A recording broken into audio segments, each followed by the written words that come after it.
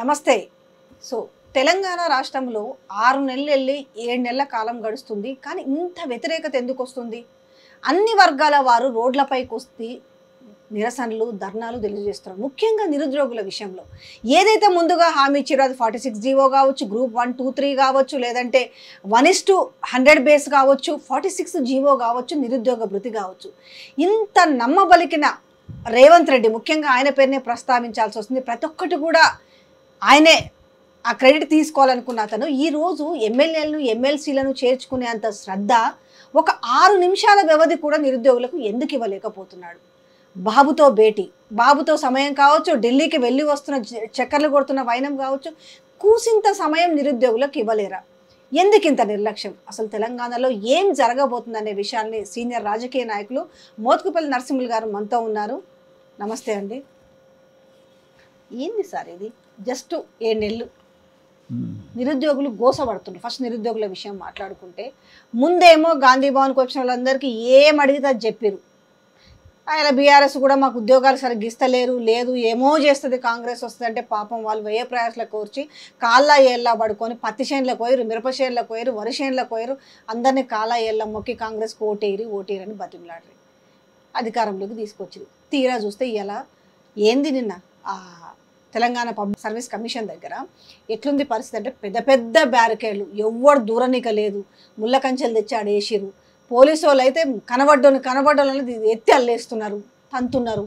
ఏంది పరిస్థితి ఎందుకంటారు? రేవంత్ రెడ్డి యొక్క నైజం ఏమిటో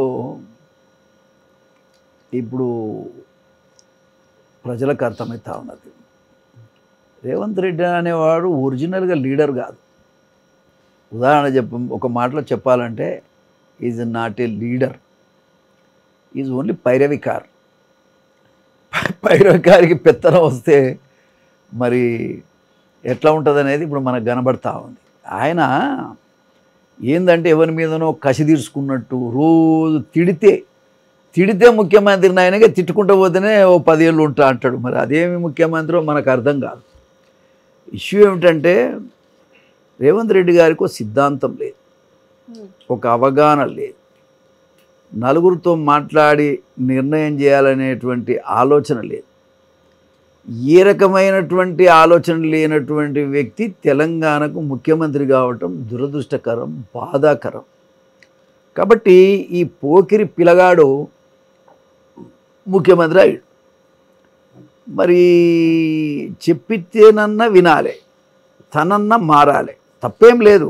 మనిషి వాస్తవంగా చెప్పాలి ఒరిజినల్గా ఈజ్ నాట్ ఏ లీడర్. సరే అక్కడ పైన ఆ పార్టీని లీజుకు తీసుకున్నాడు, వచ్చిండు.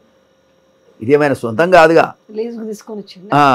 ఇప్పుడు అది కాంగ్రెస్ పార్టీ అయినా సొంతం కాదు. ఆ పార్టీ ఏమైతే ఆయనకు వచ్చే నష్టమేం లేదు. కాబట్టి పార్టీ ఉన్న పార్టీని దీన్ని కాపాడుకోవాలి అనే శ్రద్ధ అతనికి లేదు. అందుకే వ్యవస్థాపరమైన ఆలోచన లేనటువంటి వాడు, విలువలు లేనటువంటి వ్యక్తి ముఖ్యమంత్రి కావటం దురదృష్టకరం, బాధాకరం అని కూడా ఈ సందర్భంగానే తెలియజేస్తా ఉన్నా. అందుకే ఇవాళ పిల్లలు నిన్నో ముఖ్యమంత్రి కావాలని కోరుకున్నటువంటి యువకులు, నిరుద్యోగ యువకులు 30 లక్షల మంది దగ్గర వాళ్ళ అమ్మ నాయన వాళ్ళ బంధువులు వేపిస్తే 1 కోటి మంది వాళ్ళే. మరి 1 కోటి మంది నిరుద్యోగానికి సంబంధించిన కుటుంబాలు నిన్ను గెలిపిస్తే ఇవాళ వాళ్ళను ముళ్ళకంచెలేసి కొడుతున్నామంటే వాళ్ళ తల్లిదండ్రి వాళ్ళంతా శపించరా? నిన్న పడ్డటువంటి దెబ్బలకు వాళ్ళ కుటుంబ సభ్యులంతా ఏడి దుంపదేగా అని తిట్టరా? ఇది అవసరమా? అంటే ఏంది? రేవంత్ రెడ్డి గారికి బిజీ విత్ బిజినెస్, ఇది ఒక బిజినెస్ లాగా ఆయన ఆలోచిస్తుడు. కాబట్టి ఆయనకి ఇది సామాజిక బేసిక్ అవగాహన లేదు, ఎన్నడూ లేదు. ఉన్నమాట చెప్తాను. నేను ఇప్పుడు కాదు, నేను తెలుగుదేశంలో ఉన్నప్పుడు కూడా చెప్పిన ఆయనకు. కాకపోతే యాంటీ కేసీఆర్ను మార్చాలనుకున్నప్పుడు ఆల్టర్నేటివ్గా ఇక్కడ తెలుగుదేశం ఉండు కదా బాగుండు. ఇక్కడ తెలుగుదేశం ఏమో లేకుండా పోయింది. ఇక ఉన్నదెవరు? కాంగ్రెస్ పార్టీ. కాంగ్రెస్ పార్టీ అనేటువంటిది రేవంత్ రెడ్డి గారు అప్పటికే దాన్ని లీజ్ తీసుకొని వచ్చిండు ఆయన. ఇక ఎవరున్నారు అంటే ఈ పోకిరి మనిషి ఉన్నాడు. ఏం చేస్తారు? సరే ఇంత దుర్మార్గుడు అనుకోలే, మమ్మల్ని ముళ్ళ కంచెలేసి కొడతాడని అనుకోలే వాళ్ళు. అందరం నేనే ఇవాళ ఒక సీనియర్ నాయకుడిగా నాకంటూ ఒక విలువను నాకు నేను సంపాదించుకొని బతికే నన్ను అసలు ముప్పు తిప్పలు పెట్టి 3 చెరువుల నీళ్లు దాగిపించినట్టుగా సంతోషపడుతుండే ఆయన. దానికి నేను ఏం చేయగలుగుతాం చెప్పి. ఇప్పుడు ఏంటంటే ఆయనకు ఒక సామాజిక అవగాహన లేదు. కాబట్టి ఇవాళ వాళ్ళు మన బిడ్డలు ఎవరు నిరుద్యోగులు. ఇప్పుడు గవర్నమెంట్కు బిడ్డలు వాళ్ళు, చిన్న బిడ్డలు. వాళ్ళని ఏం చేయాలి? వాళ్ళకు ఓదార్చాలి. వాళ్ళ సమస్యలు ఏందో 3 సభ్య కమిటీ వేయాలి. మంత్రులతో కమిటీ వేసి వాస్తవాలు గమనించి ఆ సమస్యలు పరిష్కారం చేయలేని కావు. పాపం వాళ్ళు కొట్లాడేదల్లా ఎంప్లాయ్మెంట్ కొరకే కదా. ఈ ఎంప్లాయ్మెంట్ కోసం కొట్లాడినప్పుడు నలుగురిని పిలిచి కూర్చోబెట్టి, విద్యార్థి నాయకులను కూర్చోబెట్టి, వాళ్ళు చెప్పింది విని, వీళ్ళు చెప్పింది వాళ్ళకి, వీళ్ళు అనుకున్నది వాళ్ళకి చెప్పి కన్విన్స్ చేయొచ్చు కదా. ఇట్లా బజార్లో బట్టి కొడతారా? ఎంతవరకు న్యాయం ఇది? అంటే మరి నేను ముందే చెప్పా, విలువలేని ముఖ్యమంత్రి ఈ రాష్ట్రానికి అయ్యిండు కాబట్టి ఈ పరిణామాలు వస్తున్నాయి. అతనికి ఏ రకమైన చిత్తశుద్ధి లేదు. ఆయనకి ఎంతసేపు ఏంటంటే డబ్బులు కావాలి, రిచ్ పీపుల్ కావాలి, పైన పోయి కాంగ్రెస్ పార్టీని మేనేజ్ చేసుకొని రావాలి. గింతే ఆయనకున్న పని. ఇదంతా ఏమన్నా కానీ పార్టీ ఏమవుతుందో కూడా ఆయనకు అవసరం లేదు. ఎందుకంటే లీజుకు తీసుకొచ్చుకున్నాడు కదా, సొంతం కాదు పార్టీ. అంటే నేను 10 ఏండ్లు ఉంటా అని చెప్తున్న నీ మాటలకి, అంటే చేతలకి ఒక పొంతనైతే ఉండాలి కదా. ఏమైతుంది ఆయన మాటలకు 10 నిమిషాలు నువ్వు ఎవరెవరింటికి పోయి కండవాలు కప్పేంత సమయం ఉందే, ఒక 10 నిమిషాలు 6 నిమిషాలు వాళ్ళ కోసం కేటాయించే పరిస్థితి లేదా? మరి నేను అదే అంటున్నా కదా, ఒక బిజినెస్ మ్యాన్, ఒక రియల్ ఎస్టేట్ మ్యాన్ ముఖ్యమంత్రి అయితే ఇది న్యాయం జరుగుతుందని అనుకోలేం మనం. మొదట మనం నమ్మిన మాట నిజమే. నేను కూడా నమ్మి మా ముఖ్యమంత్రి మా తమ్ముడే అవుతాడని చెప్పిన నేను ఓపెన్గా. మరి తమ్ముడు ఎక్కడ పోయిండో కానీ ఇలా నన్ను, నా కులాన్ని, మాదిగ జాతిని కంటికి కనబడకుండా చేసిండు. ఇక నిరుద్యోగులు నమ్మి ఓట్లేసినందుకు, అసలు దళితులు మొదట కాంగ్రెస్కి వేస్తారు ఓటు. ఆ కాంగ్రెస్ పార్టీకి వేసిన దళితులని ఒక్క సీటు 80 లక్షల మంది ఉంటే ఒక సీటు కూడా ఇవ్వకుండా 10 మంది ముఖ్యమంత్రులు చూసిన ఏ ముఖ్యమంత్రి చేయనటువంటి అన్యాయం, ఘోరం, అవమానపరిచినటువంటి ఏకైక ముఖ్యమంత్రి రేవంత్ రెడ్డి గారు. ఇది చాలా భరించడానికి 70 సంవత్సరాలు వచ్చినాయి నాకు. నాకే ఆయన ఇంటర్వ్యూలే. నేను పోతేనే సుమారు 6 గంటలు బయట కూర్చొని పెట్టినాను. సరే అయినా కూడా మాట్లాడదామని కూర్చున్నాను నేను. ఫైనల్గా ఆయన ఏం మాట్లాడకుండా వెళ్ళిపోయాడు. అంటే ఇంత బిజీగా ఉన్నాడు చూడు ఆయన, చాలా బిజీగా ఉన్నాడు. ఏం బిజీగా ఉన్నాడు అంటే అసలు ఇంటికాడ ఎవడన్నా వచ్చి కూర్చుంటే ఎన్ని వేల కోట్లోడు వచ్చిండో అది మొదలు చూస్తాడు ఆయన. దాంట్లో మన షేర్ ఎంత వస్తుంది, అది ఆయన మనసులో ఉన్నటువంటి విషయం. దానికోసమే ఆయన ప్రయాణం తప్ప ప్రజల కోసం కాదు. ప్రజల మనిషి కాలేడు. చేర్చుకునే బిజీలో ఉన్నాడు. ఆ రోజు ఏమన్నారు, బీఆర్ఎస్ పార్టీలో చేర్చుకున్నప్పుడు ఆయన వాళ్ళు ఏదో చేసి టెక్నికల్ క్లాస్ చూపించి విలీనం చేసుకున్నారు. ఆ విలీనం తర్వాత మొన్న పోటీ చేసిన వాళ్ళలో జస్ట్ 2 గెలిచిరు. ఒకరు సుధీర్ రెడ్డి అయితే ఒకరు సబితమ్మ గెలిచిరు. మిగతా 9 మంది పోయారు. ఇప్పుడు అది తెలుసుకొని కూడా ఒకవేళ అక్కడ మిస్టేక్ జరిగింది, ఈ మిస్టేక్ మేము చేయకూడదు అనేది కాకుండా కారణం చూపిస్తున్నాడు. నన్ను గూర కొడతారట, ఎవరాలు చూస్తా, మీరు గూర కొడుతుంటే నేను చూస్తుంటా, నేను అందుకే చేర్చుకుంటున్నా అంటూ రాహుల్ గాంధీ పెట్టిన మేనిఫెస్టో. విలువగలిగిన మనిషి ఎవడన్నా మాట్లాడతాడా? ఒక మాట, లాల్ బహదూర్ శాస్త్రి ఎక్కడో ట్రైన్ యాక్సిడెంట్ జరిగితే ఆయన రిజైన్ చేసిండు. ఆయనకి ఏం సంబంధం? ఇప్పుడు విలువలు లేని మనిషి అని ఇంకా ఎథిక్స్ లేవు కదా. ఎథిక్స్ లేనప్పుడు ఇది ఉల్టానే మాట్లాడతారు. ఇప్పుడు కేసీఆర్ తప్పు చేసిండు, నువ్వు చేయాలని ఎక్కడుంది? నేను ఆయన గోషుడ కొడతా, ఆయన గొంగడి బొంతుడ కొడతా, ఇవ్వా అంటే అర్థం ఏంటంటే మనిషి ఎంతసేపు కసి కక్ష కనబడుతుంది అతని లోపల, కానీ ప్రేమ కనబడటం. కారణం ఏంటి? మెచ్యూరిటీ లేదు.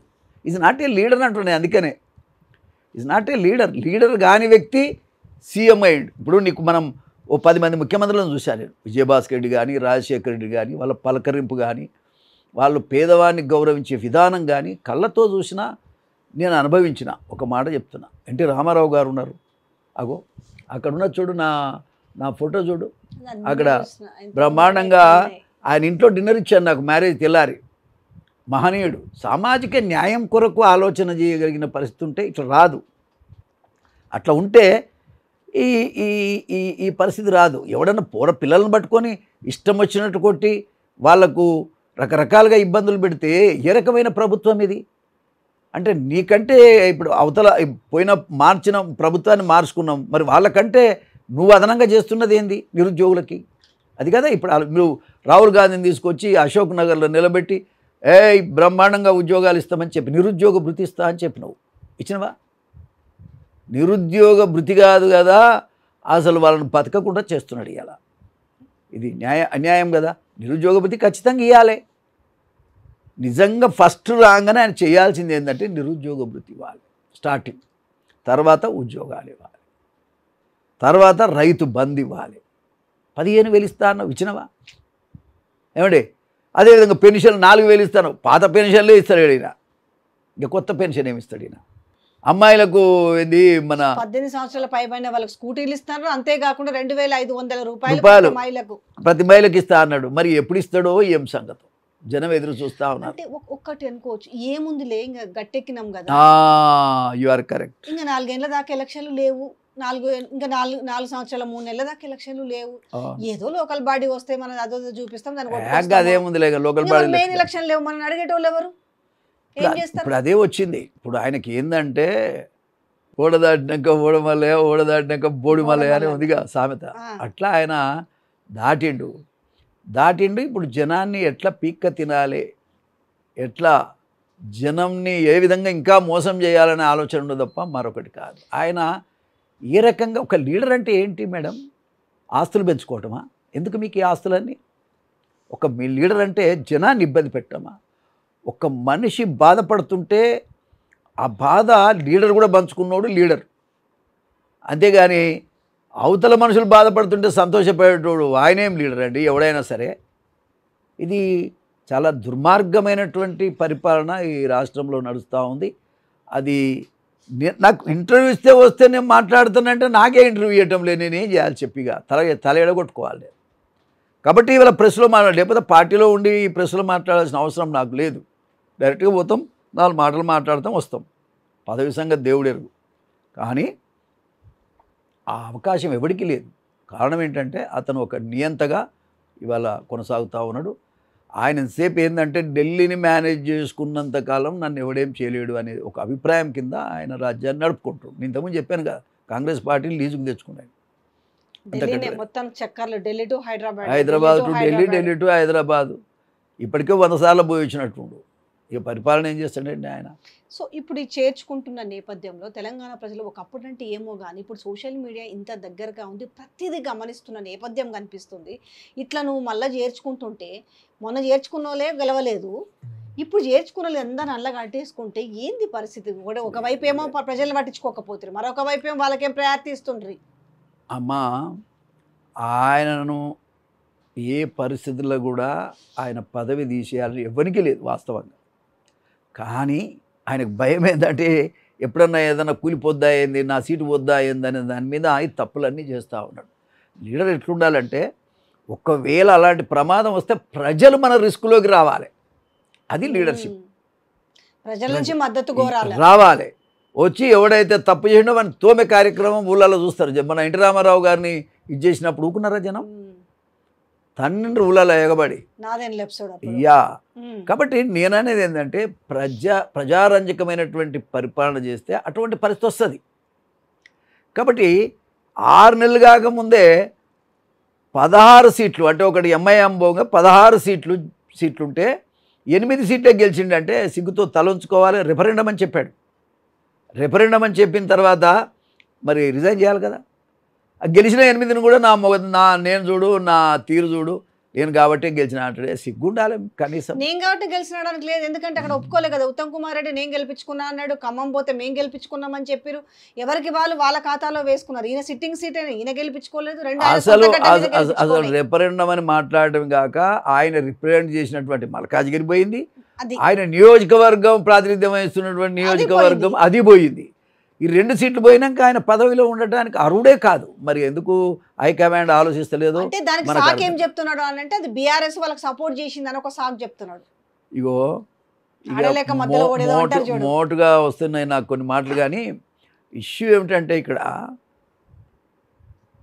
నెట్టేయటం కాదు, ఎవరి మీదనో నెట్టేసి నీ రాజకీయ ప్రయోజనం కోసం నువ్వు మాట్లాడటం అంటే నీకు విలువలేని మనిషివి కాబట్టి అట్లా మాట్లాడుతున్నావు.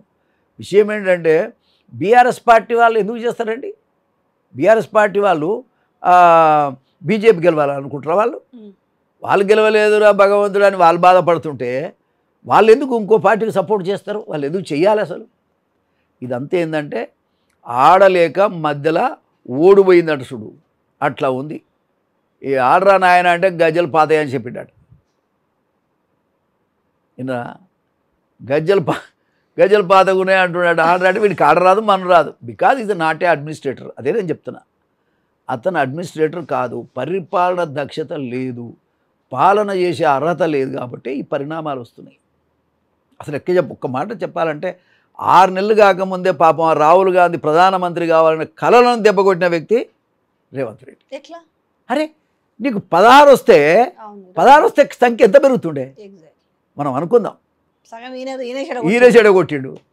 ప్రధానమంత్రిని కాకుండా రాహుల్ గాంధీని చేసినటువంటి ఏకైక నాయకుడు కూడా రేవంత్ రెడ్డి. అందుకే నేను లీజుకు తీసుకుంటా, ఓనర్ కాదు పార్టీకి.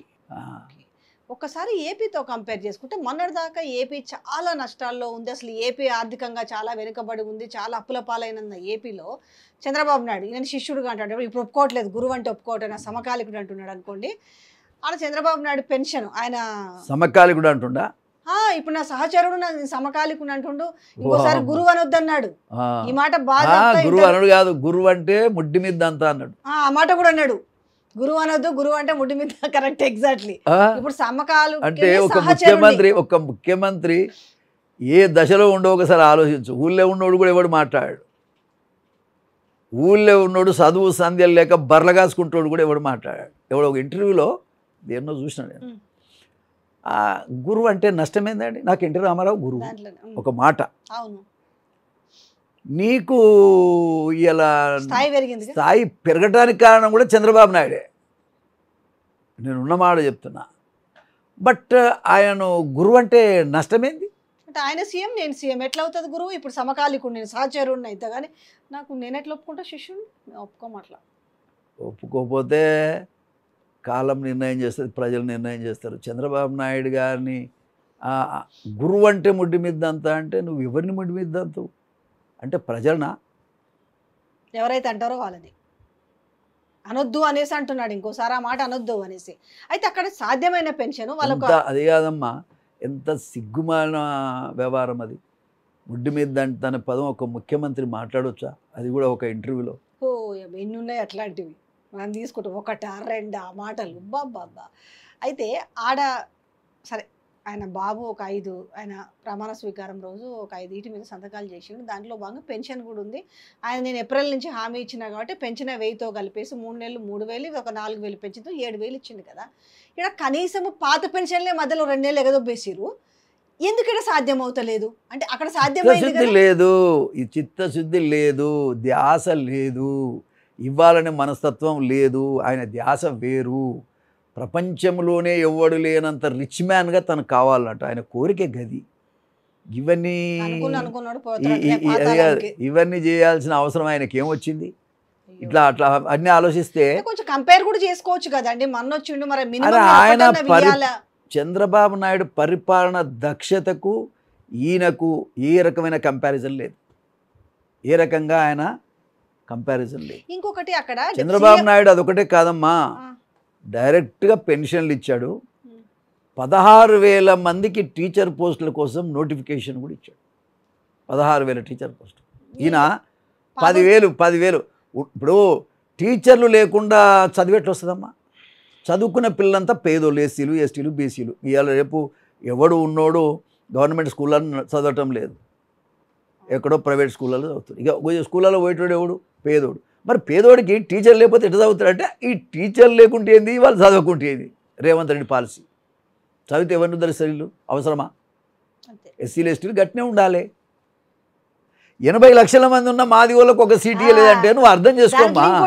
దాని అర్థం ఏంటంటే డిప్యూటీ సీఎం ఫోటోలు అధికారిక ప్రభుత్వ కార్యాలయాల్లో అన్నిట్లలో పెట్టాలనేసి అక్కడ చంద్రబాబు ఎంత గొప్ప మనసు చంద్రబాబుది, ఎంత గొప్ప మనసు. ఈడ చూస్తేనేమో పాపము డిప్యూటీ సీఎం ఫోటో ఫ్లెక్సీలలో లేపేసారు. ఫస్ట్లో ఉండే మెల్లమెల్లగా దాన్ని తీసేసారు.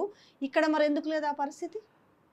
అంత విశాలమైనటువంటి దృక్పథము రేవంత్ రెడ్డికి లేదు. నువ్వు కూడా రెడ్డివే చెప్తున్నా, రేవంత్ రెడ్డికి లేదు, రేవంత్ రెడ్డికి ఉండదు.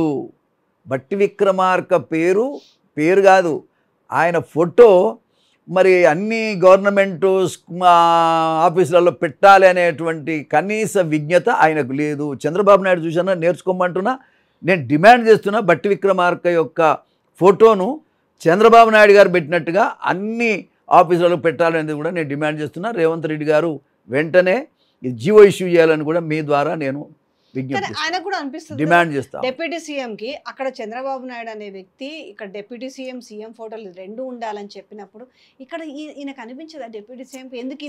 అతను లీడరే కాదని నేను 100 సార్లు చెప్పినాను, వింటలేదు. ఇప్పుడు ఒక మాట చెప్పాలి, నిజమే. ఆ కుర్చీలో కూర్చున్నప్పుడు జ్ఞానం పెరగాలి, పరిపక్వత పెరగాలి, ఆలోచన విధానం మెచ్యూరిటీ లేనప్పుడు ఎవరేం చేస్తారు? ఒక మూర్ఖుణ్ణి ఆ కుర్చీలో కూర్చుండబెడితే జరగబోయే పరిణామాలు ఏందో మనం అనుభవిస్తున్నాం. సామాజిక న్యాయం కోసం ఆలోచించేవాడైతే పనిచేస్తాడు. చంద్రబాబు నాయుడు గారు సామాజిక న్యాయం సమన్యాయం ఉండాలని కోరుకున్న వ్యక్తి చంద్రబాబు నాయుడు గారు. అట్టడుగు వర్గాలను తొక్కేయాలి, మా మా రెడ్లతో సమానంగా ఎవడు ఉండటానికి వీల్లేదంటూ పరిపాలన చేస్తుండు. మరి ఆయన మనం ఏం చేయగలుగుతాం చెప్పు? దుర్మార్గునికి ఏమని చెప్పగలుగుతాం? ఏ రకంగా ఆయనకు చెప్పగలుగుతాం చెప్పి ఆయన వినే పొజిషన్లో ఉన్నాడా? బట్టి విక్రమార్క యొక్క ఫోటోను ఆఫీసులతో ఆయనతో సమానంగా పెట్టుమని చెప్పేంత ఉదార స్వభావం రేవంత్ రెడ్డికి ఉందా? అయినా నేను ఒక దళితుడిగా నేను డిమాండ్ చేస్తా ఉన్నా, బట్టి విక్రమార్క యొక్క ఫోటో ఆంధ్రలో పెట్టినట్టుగా, ఆంధ్రలో చంద్రబాబు నాయుడు గారు ఇచ్చినట్టుగా జీవో రేవంత్ రెడ్డి గారు ఇవ్వాలి, ఇచ్చి వెంటనే పెట్టాలని కూడా మీ యొక్క ఛానల్ ద్వారా నేను డిమాండ్ చేస్తాను. ఇస్తాడని నమ్మకం ఉందా? ఇవ్వకపోతే కాలగర్భంలో కలిసిపోతారమ్మా. ఏం దళితులు అంటే తమాషనా, పేదోళ్ళు అంటే తమాషనా? అన్నీ చూస్తుంటారు కదా, అన్నీ చూస్తుంటారు కదా. ఇసుక కూడా చంద్రబాబు నాయుడుకి ఫ్రీగా తీసుకోమని చెప్పిండు. ఉదార స్వభావం ఉండాలి. పేదోళ్ళు ఎట్లా బతుకుతారు అనేది ఆలోచన ఉండాలి లీడర్కి. నేను ఎట్లా బతుకుతా అనే ఆలోచన. తన కోసం బతికేటోడు ఏకైక వ్యక్తి రేవంత్ రెడ్డి. అతని పరిపాలన మొత్తం ఆయన కోసమే, ప్రజల కోసం అయితే కాదు. అయితే ఇప్పుడు ఇచ్చిన ఏవైతే 6 గ్యారంటీ స్కీమ్స్ ఉన్నాయో ఏవి కాలేదు, పాడైపోను అమ్మా. దాంట్లో నువ్వు 6 బోరు ఇవన్నీ వేస్ట్. అది నేను ఒక మాట రైతు బంధు, రైతు బంధు అనేటువంటిది రైతులందరికీ సంబంధించినటువంటి 15,000 ఇస్తాను, ఇచ్చిండా? ఈ ఖరీఫ్కి 10,000 దిక్కులేదు, ఇచ్చిన గతంలో ఉన్నాయే దిక్కులేదు. మరిగా కేసీఆర్ కంటే నేను గొప్పోని, కేసీఆర్ కంటే నేను గొప్పోని అంటే ఎట్లా గొప్పోడి? మరి నువ్వు చెప్పాలి కదా, నువ్వు ఎడ గొప్పోడివి, ఎట్లా గొప్పోడివి? మంది కొంపలు ఆర్చడం కోసమే తప్ప గొప్పోడివి తప్ప ఏ రకంగా నువ్వు గొప్పోడివి?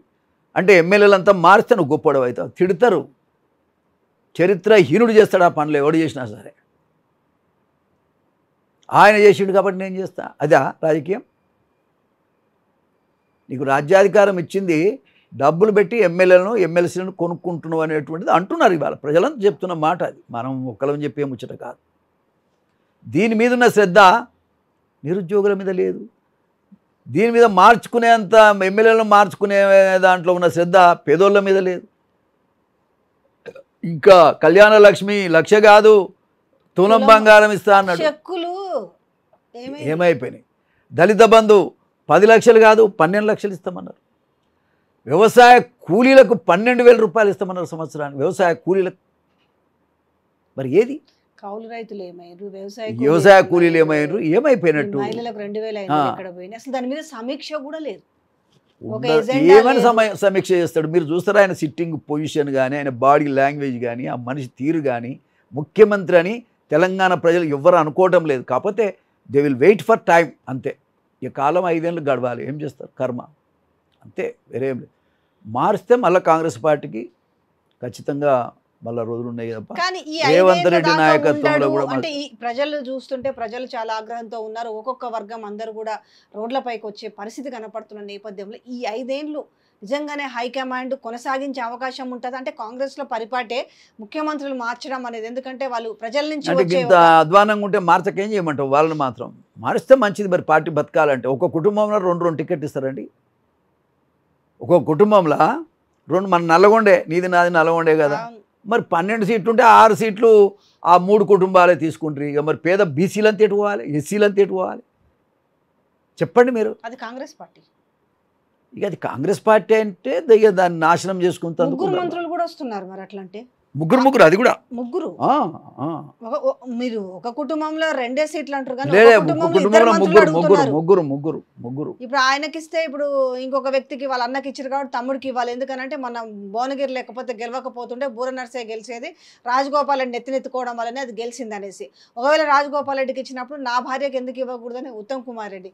ఇప్పుడు ఇంటికి 2 మంత్రి పదవులు కూడా ఇవ్వాలి.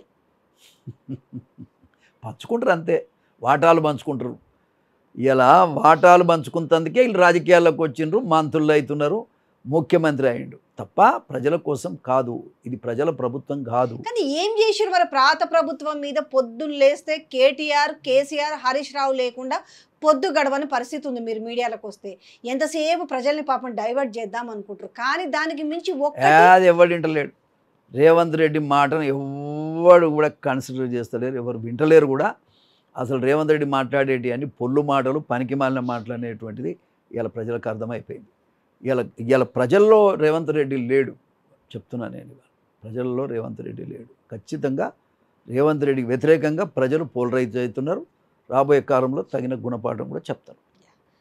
తెలంగాణలో ఇద్దరు భేటీ అంటే ఆ రోజు ఉన్న విభజన హామీల విషయంలో ఒక చర్చ తీసుకురావడానికి సో బాబు రేవంత్ భేటీ వలన వచ్చే ఉపయోగాలు ఏమున్నాయి తెలంగాణకి? రేవంత్ రెడ్డి గారికి ఏం తెలివి ఉందో లేదో నాకు తెలియదు, కానీ చంద్రబాబు నాయుడు మాత్రం న్యాయమైన అడుగుతాడు. ఆయన తెలంగాణకు అన్యాయం చేసే మనిషి అయితే కాదు. ఎందుకంటే తెలంగాణ డెవలప్ చేసిన దాంట్లో ఆయన పాత్ర చాలా ఉంది. ఇవాళ ఈ రెవెన్యూ అంతా వస్తుందంటే ఆయన దయ వల్లనే, ఆయన చేసినటువంటి డెవలప్మెంట్తోనే వస్తున్నది, ఒక మాట చెప్పాలంటే. కాబట్టి ఆయన తెలంగాణలో ముఖ్యంగా హైదరాబాద్ మీద చాలా ఆయనకు ఒక మంచి అభిప్రాయం ఉంది, ఆయనకు ఒక కమిట్మెంట్ ఉంది. కాబట్టి అటు ఆంధ్ర ప్రజలను బాగా చేయడంతో పాటు తెలంగాణకు కూడా అన్యాయం జరుగుద్దనేటువంటి అభిప్రాయంలో చంద్రబాబు నాయుడు గారు ఉంటారు. ఆ రకంగానే ఆయన చేస్తాడు. నాకు తెలిసి రేవంత్ రెడ్డి గారికి ఏ రకమైన అవగాహన లేదు, ఈయన వల్ల ఏం సాధ్యం కాదు. ఆయనే ఇంకేదైనా ఇచ్చిపోతాడు, బతుకుపోయాడు. ఎందుకంటే టీడీపీ సో మళ్ళీ మీరు అందులో అడుగుపెట్టి మన ప్రెసిడెంట్ అయ్యే అవకాశాలు ఉన్నాయా?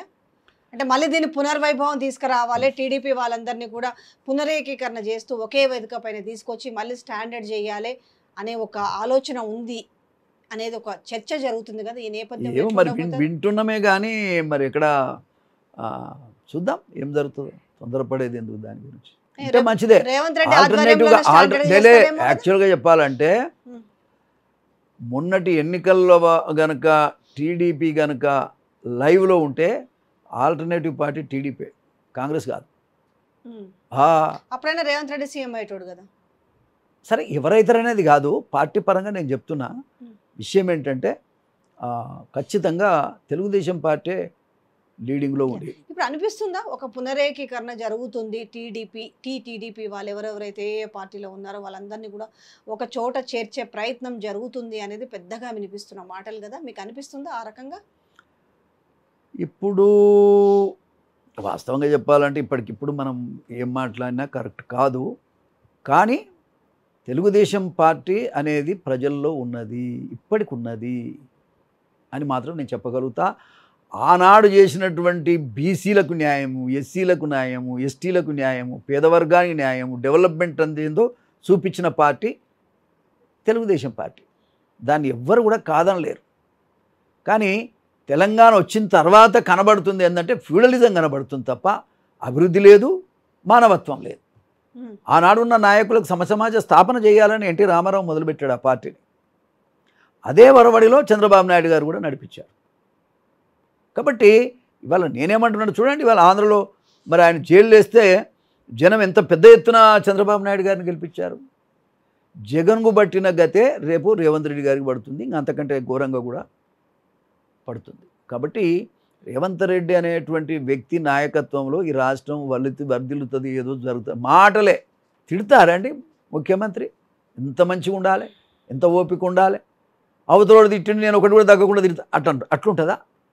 అంటే ఆ మాటలతోటి నేను సీఎం అయినా అయిపోయింది, ఆ ఫేజ్ అయిపోయింది, జనాల్ని ఎంగేజ్ చేయగలుగుతున్నాను. ఇప్పుడు అర్థమైంది జనానికి, ఓహో ఇటు పోకిరిగాడు, పానికి మాలినోడు, ఇటువంటి వ్యక్తిని మనం ముఖ్యమంత్రి చేసుకున్నాం, ఇది చాలా తప్పు నిర్ణయం చేసుకున్నది జనంలో వచ్చింది. కాబట్టి 8కి పడిపోయింది కదా పార్లమెంట్ సీట్లో. అంటే ప్రతిపక్షం లేకుండా చేసుకుంటే నేను రేపు మళ్ళీ నేనే ఉంటాను, నేను ఇక్కడ పాలిస్తాను.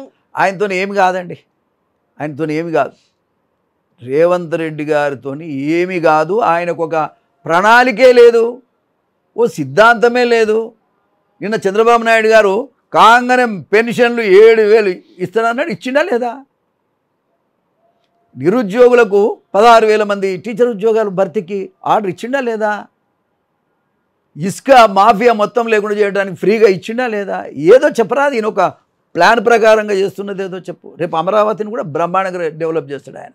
ఉన్నదా నేలుర్రా నాయన అంటే వీళ్ళకి చేత కావట్లేదు. లేని దాన్ని కట్టి అమరావతి అనేటువంటి రాజధానిని బ్రహ్మాండంగా నిర్మాణం చేసి ఆ ప్రజలకు ఖచ్చితంగా అంకితం చేసేటువంటి పరిస్థితుల్లో చంద్రబాబు నాయుడు గారు ఉన్నారు. ఇప్పుడు ఉన్న హైదరాబాద్ను మొత్తం కొల్లగొట్టి వచ్చినటువంటి ఏదైతే డబ్బు వస్తుందో ఆ డబ్బు మొత్తాన్ని కూడా కాజేసేందుకు ఇవాళ వీళ్ళు ఉన్నారు. అంతకంటే ఇక్కడ ఏమి జరగదు, తెలంగాణలో ఏమి జరగదు, వీళ్ళు చేయలేరు. సరే ఓకే, మీరు ఒక మాట అన్నారు, ఈయనకి ఏం తెలియదు, పోనీ ఈయన ఒక లీడర్ కాదు, సో అన్ని పోకిరి చేతలు చేస్తున్నాడు అనేది అనుకుందాం. కానీ కింద ఉన్న వాళ్ళైతే ఉమ్మడి ఆంధ్రప్రదేశ్లో క్యాబినెట్లో చేసిన వాళ్ళే కదా. ఒక బట్టి విక్రమార్క కావచ్చు, ఒక ఉత్తమ్ కుమార్ రెడ్డి కావచ్చు, ఒక శ్రీధర్ బాబు కావచ్చు. సో ఇట్లాంటి వాళ్ళు అయితే ఉన్నారు కదా, కనీసం వాళ్ళ మాటలు కూడా వింటలేడా? వాళ్ళు ఏం చెప్పకుండా చూద్దాం ఈయన ఎంతసేపు ఎగురుతాడో చూద్దాం అనేసి అనుకుంటున్నారా? తప్పండి. ఇప్పుడు నేనేమంటా అంటే బట్టి విక్రమార్క కావచ్చు, పొంగులేటి శ్రీనివాసులు రెడ్డి లాంటి వాళ్ళు కావచ్చు, న్యాయం కోసం మాట్లాడడానికి కులం అక్కర్లేదు. మరి ఏ ఒక్కడికి కూడా ఇది అన్యాయం, ఇది న్యాయం అని చెప్పే స్థితిలో లేనప్పుడు ఏమనుకోవాలి? మరి వాళ్ళు కూడా చేతకానులాగా ఉండటం అనేది అది బాధాకరమైన విషయం. ఖచ్చితంగా మాట్లాడాలి. పార్టీని బతికించుకోవాలి కదా. పార్టీని బతికించుకోవాలంటే న్యాయమైంది ఏది ఉంటే అది మాట్లాడాలి. తప్పు జరిగితే తప్పని చెప్పాలి. హైకమాండ్ కూడా చెప్పాలి. అది చెప్పడం లేదంటే దాని అర్థం ఏంటంటే మరి వీళ్ళు కూడా ఆయనతో కొల్లుడైనరా అనేటువంటి పరిస్థితి వచ్చింది. ప్రజలు కూడా అట్లే అనుకుంటారు. ఇక్కడ నుంచి మాత్రము పరిపాలన విషయంలో ప్రజలు వ్యతిరేకతతో ఉన్నారు అనేసి హైకమాండ్కి అయితే ఫిర్యాదులు వెళ్తున్నాయి. హైకమాండ్ కూడా దృష్టి సారించింది అనేది ఒక మాట కూడా జరుగుతుంది. ఎందుకంటే నిరుద్యోగుల విషయం కావచ్చు, ఈరోజు పెన్షన్స్ ఇవ్వలేకపోవడం కావచ్చు, చాలా విషయాలపైన మొత్తం కూడా అక్కడికి వెళ్తుంది. వీళ్ళు కూడా హైకమాండ్ గుర్రున ఉంది అనే ఒక మాట వినిపిస్తుంది. లేదు అంటే రెండో పాయింట్, ఇక్కడ నుంచి భారీగా డబ్బులు ముడుపులు అక్కడికి చెల్లించినా కూడా సైలెంట్ అయిపోతారని ఈ వీక్ పాయింట్ని పట్టుకొని రేవంత్ రెడ్డి ముందుకు వెళ్తున్నాడు అనే ఒక చర్చ కూడా ఉంది. మధ్యవర్తులకు పాపం వాళ్ళకి సోనియా గాంధీ వాళ్ళు కాదు కానీ అక్కడ ఢిల్లీలో కొంతమంది మధ్యవర్తులు వాళ్ళని మిస్గైడ్ చేస్తున్నారు. ఈయన ఈ మధ్యవర్తుల్ని మిస్గైడ్ చేస్తున్నాడు. ఇది జరుగుతున్నటువంటి పరిస్థితి. రేవంత్ రెడ్డి గారి దగ్గర కావాల్సినంత డబ్బు ఉందండి. ఆ డబ్బుతోని ఇవాళ ఆయన ఆడుతున్న నాటకం అనేటువంటిది క్లియర్ కనబడుతుంది. అలాంటి సీనియర్లకు ఈజీగా ఊకే మేము గుర్తుపట్టగలుగుతాం కదా. కాబట్టి వాళ్ళ ఉన్న పరిస్థితి ఏంటంటే రేవంత్ రెడ్డి గారికి చిత్తశుద్ధి లేదు. ఏ ఒక్క కార్యక్రమాన్ని కూడా ఇంకొక సంవత్సరం పాటు అయితే ఊళ్ళలో తూ తూ తూ అని బయటకు వచ్చే చెప్తారు. ఎందుకంటే ఇక బిగినింగ్ కాబట్టి మనసులోకి వచ్చింది, they are waiting for time. కాబట్టి ఖచ్చితంగా రేవంత్ రెడ్డి అనే వ్యక్తి ఈ రాష్ట్రానికి ముఖ్యమంత్రి కావటం దురదృష్టకరం, బాధాకరమని మాత్రం మరొకసారి సందర్భంగా తెలియజేస్తా ఉన్నా. చివరికి ఒక ప్రశ్న సార్, ఆల్కహాల్ మీద పెద్దగా మాట్లాడారు. తెలంగాణ వాళ్ళందరినీ కూడా మందుకి అడిక్ట్ చేశారు అనేసి తాగుబోతులను తయారు చేసిరు అన్నారు. మేము రాగానే వీటిని కట్టడి చేసేసి బెల్ట్ షాపులను ఎత్తేస్తామని చెప్తున్నారు. ఇదేం పెద్ద ఖర్చుతో కూడిన పని కాదు కదా. బెల్ట్ షాపుల్ని కట్టడి ఇప్పటికి కూడా చేయలేకపోతున్నారు, ఇంకా పెరిగినాయి. చెయ్యలేకపోతున్నారు కాదు, వాటిని పెంచి పోషిస్తున్నారు. వాళ్ళ మాటలు ఎందుకు చెప్పాలి, ఉత్తుత్తి మాటలు ఎందుకు? రేవంత్ రెడ్డి మాటలు నీటి మూటలు, రేవంత్ రెడ్డి మాటలు గారెడి మాటలు, రేవంత్ రెడ్డి మాటలు ఓ బహిరంగంగా బరిదెగించి వాళ్ళు మాట్లాడే మాటలు తప్ప మరొకటి కాదు. ఆయన ఒక వ్యాపారం చేసుకుంటున్నాడు, రాజకీయ వ్యాపారం చేసుకుంటున్నాడు ఆయన. అంతే తప్ప ప్రజల్ని పరిపాలించటం లేదు, వ్యాపారం చేసుకుంటున్నాడు ఆయన. కానీ ఆయనతో ఉండే వాళ్ళు కూడా అందరూ వ్యాపారం చేసుకుంటున్నారు అంతే. ఈ వ్యాపార దృక్పథం ఉన్నటువంటి వ్యక్తులు లీడర్లు ఎట్లయితారు చెప్పండి? తెలంగాణ ప్రజలు ఏం కావాలి? నాశనం అవుతారు అంతే. ఆయన వల్ల తెలంగాణ నాశనానికి వచ్చింది, నాశనానికి. ఇప్పుడు నువ్వు అర్థం చేసుకో, చంద్రబాబు నాయుడు గారు గురువు అంటే ముడ్డి మీద అంత అనే పదం ఎవడన్నా వాడతాడండి ఒక ఇంటర్వ్యూలలో? చెప్పండి, ఎంత అహంకారం ఉండాలి, ఎంత మదం ఉండాలి? తప్పు కదా. నీకు ఇష్టం లేకపోతే అది మరొక రకంగా దాటేయచ్చు, తప్పేమున్నది. కానీ అంతేగాని ఆ పదం అంటేనే మేము ముడి మీద అంతా అని ఒక ముఖ్యమంత్రి నోట్ నుంచి, ఒక ముఖ్యమంత్రి స్థాయి ఉన్నటువంటి ఆ నోట్ నుంచి ఆ పదం రావటం ఎంతవరకు సమంజసం? టీడీపీలో ఉన్నప్పుడు ఎట్లుంటుండే వ్యవహార శైలి రేవంత్ రెడ్డిది? ఆయన ఎప్పుడు వచ్చిండండి, మధ్యలో ఏదో వచ్చిండు, అంతవరకే ఉండే ఆయన. బట్ అతని యొక్క బ్లాక్మెయిల్ రాజకీయాలు చేసి కూడా ముఖ్యమంత్రి కావచ్చు అనేటువంటి లిస్ట్లో ఫస్ట్ పేరు రేవంత్ రెడ్డి గారు. ఇట్లా కూడా కావచ్చు అనేది చాలా మందికి ఒక ఎగ్జాంపుల్ అయితే. అవును అవును, ఖచ్చితంగా రేవంత్ రెడ్డి ముందు ఉంటాడు దాంట్లో. Thank you so much sir, విషయాలన్నీ షేర్ చేసుకున్నారు. Thank you so much. నమస్తే.